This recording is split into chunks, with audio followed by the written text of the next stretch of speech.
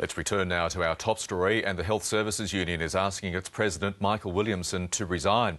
The scandal-battered union says it can't wait for various reports to be released and has acted now because too much damage has already been done.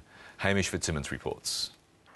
10 out of 14 of the union's national executive want the HSU's national president, Michael Williamson, gone, before an internal report on union finances by former Royal Commissioner Ian Temby QC is delivered. Until that information is out there and everybody knows what's gone on, we're not going to be able to put this behind us and really move on. Michael Williamson stood aside last October pending investigations, but has remained on full pay, rumoured to be as much as $350,000 a year. We're asking him to stand down because these allegations are continuing to cripple the union in a way which we just can't tolerate.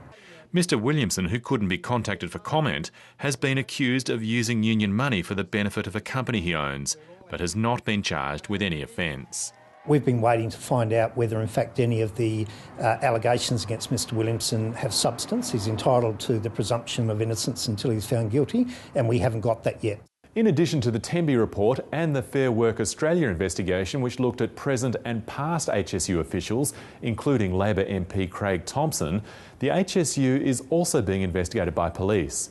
Others in the union want to know why make this decision now. This could have been resolved 7 months ago, but 7 months ago everyone went quiet.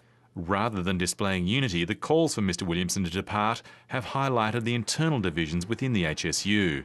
Its National Secretary, Cathy Jackson, who Chris Brown accuses of coveting Michael Williamson's job, was intentionally excluded from the phone hookup. And in addition to that, Ms Jackson, there's some allegations that have been made public against Ms Jackson that haven't yet been fully tested yet. So from that point of view, we feel it was inappropriate that she's involved because she can't maintain an objectivity that the National Executive in this matter needs to obtain. That's an outrageous statement for him to make when I've been at the forefront of this from the beginning. And more importantly, there's an opportunity for Chris Brown, if there's any allegations about me or anybody else, take them to the relevant authorities. Secondly, I do not covet Michael Williamson's position. Cathy Jackson also wants Michael Williamson out, but she's angry her demand for a full teleconference of the executive has been rejected. There shouldn't be backroom meetings. There should be meetings, formal meetings with the executive to have a formal position. What is so important in their lives tomorrow when the HSU is facing such a crisis that then they're refusing to meet as a national executive?